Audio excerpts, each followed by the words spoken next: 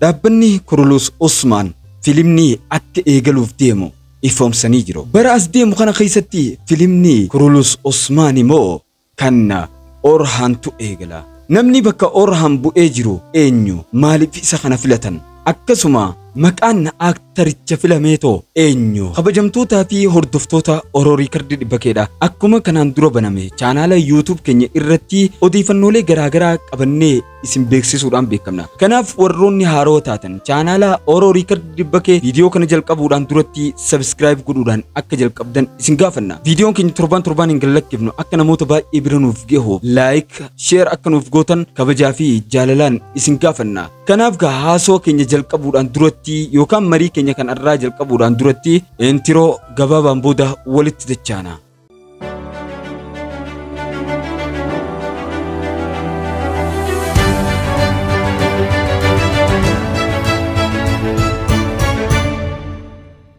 Beeksisoota garaagaraa hojjechiifachuuf akkasuma VIP keenya galmaa'uuf lakkoofsa 919113414 irratti dawwaluudhaan nu argachuu dandeessu.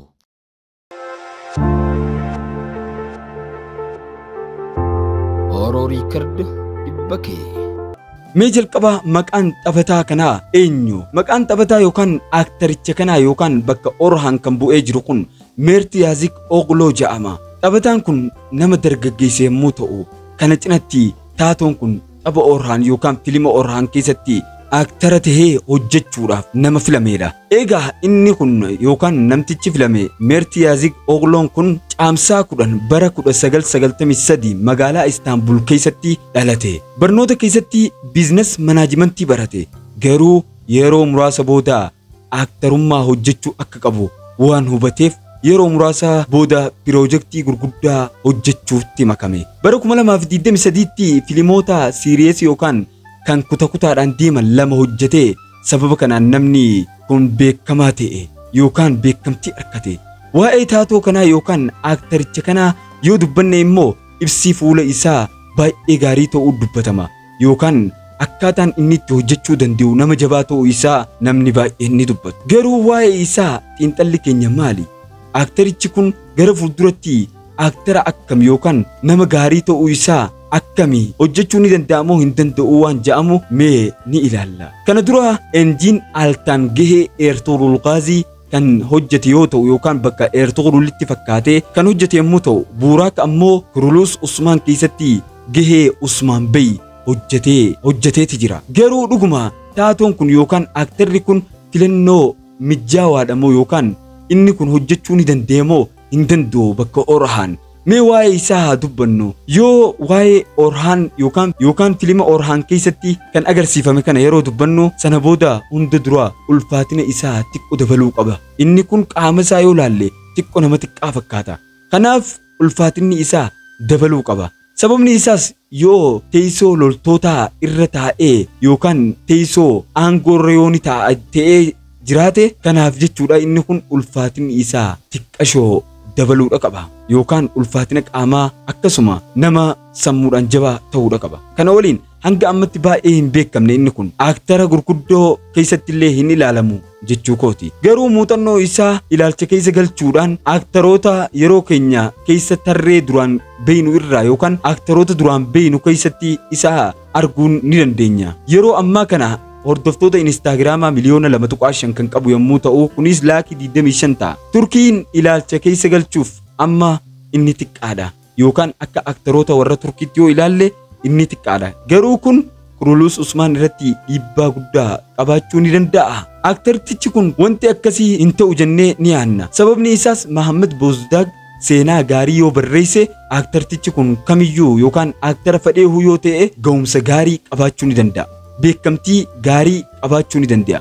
Akkasuma mee haalata seenaa isaa ilaalchisee mee waan tokko isinitti haa himnu. Barreessitoonni seenaa Kurulus Usmaan barreessan guutumatti Mahammad Bozdaagin akka jijjiiraman isinitti himna. Kana waliin daayirekteerri Ahmad Yilmaz piroojeektii kana keessatti hin hammatamne.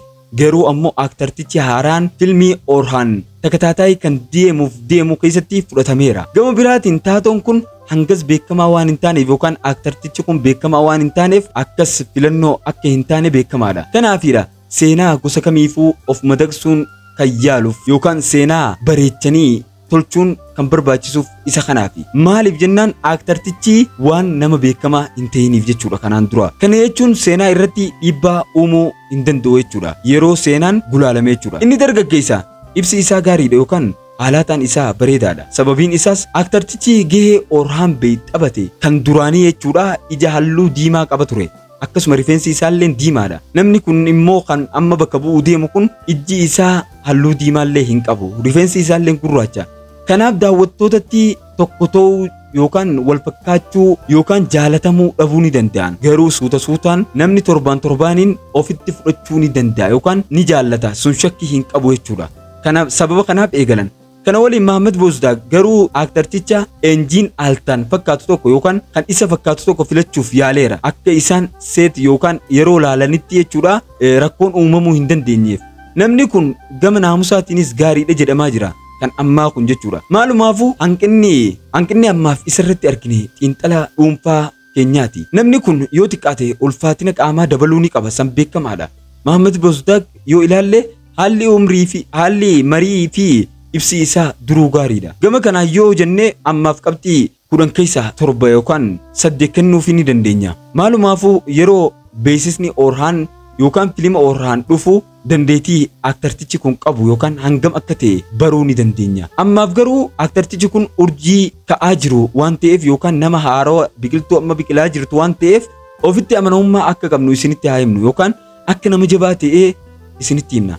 Akkuma enjiin altaan gahee Ertugrul Gaazii booda addunyaa guututti beekamaa ta'e aktartichi kunilleen gahee Orhaan Gaazii bareedaadhaan taphatee beekamtii argachuus ni danda'a. Gama kanaan yaadni keessan maali? Mee koomentii irratti nuuf barreessaa. Oduu dabalataa argachuudhaaf ammoo chaanaala keenya subscribe godhaa. Kanumaan wal qabatee arraan tana maxxansa tokko chaanaalli Kurulus Usmaan guddaa maxxansaniiti ture. Maxxansichi san anilleen fuudhee afaan Oromootiin maxxanseetiin ture.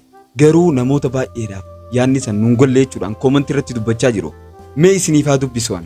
Namoonni baay'een onlaayina kana irratti waan maqaan Kurulus Usmaan jedhu kun jijjiiramee kan Orhaan itti moggaafamu haalaataa saniin dubbachaa jiru. Garuu yoo jechoota asii gadii kana ilaallee jechoota kana chaanaala Kurulus Usmaan irratti waan maxxansaniif mee waliin haa ilaallu. Mee isinilleen yaada keessan nuuf ibsitan jee maxxansee ture. Yaadni isaanii maal ture? Barri Meertiyaaz Ogloo yookaan Kurulus Usmaan irratti ni eegala. Meertiyaaz Ogloon bakka Orhaan nama buusani. Kurulus Usmaan keessatti barri haaraan ni jalqaba jaan. Orhaan Bey taphataa wal duraa duubaa yookaan aktartichi filima wal duraa duubaa kan kibxata galgala riikardii cabse Kurulus Usmaan kan ATV irratti tamsa'u. Kaleessa aktaroota kana keessatti akka dabalame ifatti beeksiseera. Eenyutu beeksifamee jechuudha. Meertiyaaz Ogloo kanaa jechuudha bakka Orhaan nama bu'uu deemu. Maxxansaa oomishaa fi barreessaa kan ta'e seeneeffamicha kan ta'e Mahammad Bozdaaq jechuudha. Isaatu beeksisee ture. Bozdaaq filmii bara haaraa kana irratti hirmaachuu isaa kan beeksise yoo ta'u barri haaraan jalqabamaa jira. Meertiyaaz Ogloon Orhaan Bey ilma Usmaan Bey taphataa kan aktara ta'ee bakka bu'u jechuudha. Taphataa jechuun kun aktara jechuudha. Baga gammaddan jeetu dubbateera. Asirratti wanni tokko kan an jechuu barbaade maqaa Kurulus Usmaan kun waan jijjiiramee kan Orhaan hundeeffamu Orhaan jaanii waan akkasiisanitti hedduun deddeemaa jira. Kanarratti jechuudha yoo yaada kana ka ilaallu taate waan maqaan Kurulus Usmaan kun jijjiiramu natti hin fakkaanne. Kurulus Usmaan jaameetumatti fufee garuu Orhaan keessatti jechuudha akka aktaraa ta'eetti fufuu bifa san jaanii waan dubbatan natti fakkaata. Mee isinillee waan isinitti fakkaate koomentii irratti nu barreessaa. Maqaan Kurulus Usmaan jijjiiramee gara ka Orhaan itti mogga'amoo akkam jettanii yaaddan? Fakkeenyaaf Ertugrul irratti Dirlis Ertugrul jaanii jira. Afaan Oromootti yoo deebine immoo Du'aakoo Ertugrul jechuudha. Ammoo haarawatti Usmaan gaafa eegalan Kurulus Usmaan jaanii. Kurulus Usmaan jechuun hundeeffama Usmaan jechuudha. Bifuma kanaan Orhaan irratti ni jijjiiran jettanii yaaddan? Koomentii irratti nu barreessaa. Chaanaala keenya subscribe godhaadha. Akkasuma viidiyoo kana like share godhuu hin dagatinaa. Haga viidiyoo biraatti walitti dachaanutti nagayaan nuuf turaa isinin jenna.